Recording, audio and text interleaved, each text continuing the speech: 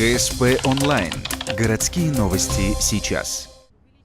Чтобы жертв на дорогах стало меньше, под таким лозунгом прошла пятница для сотрудников ГИБДД и юных инспекторов движения.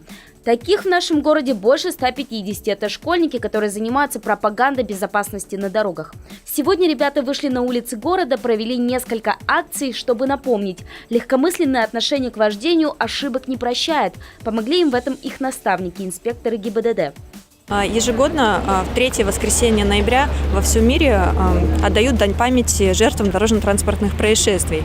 На сегодняшний день на территории города Ухты Ухтинского района произошло 137 дорожно-транспортных происшествий, в которых 14 человек погибли и 187 получили травмы различной степени тяжести. Сегодня в преддверии вот этого дня памяти мы с юными инспекторами движения проводим акции, напоминаем водителям о том, что необходимо соблюдать правила дорожного движения.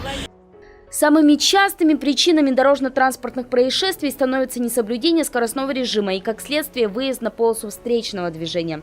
Не предоставление преимущества в движении, ну и, конечно же, сопутствующей причиной называют употребление алкоголя и управление машиной в таком состоянии. Обо всем этом школьники напомнили водителям Ухты.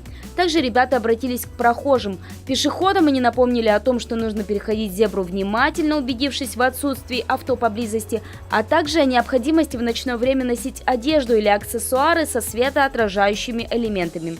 Закончили день траурной акцией с зажжением свечей как символа вечной памяти о тех, чьи жизни унесли аварии на дорогах.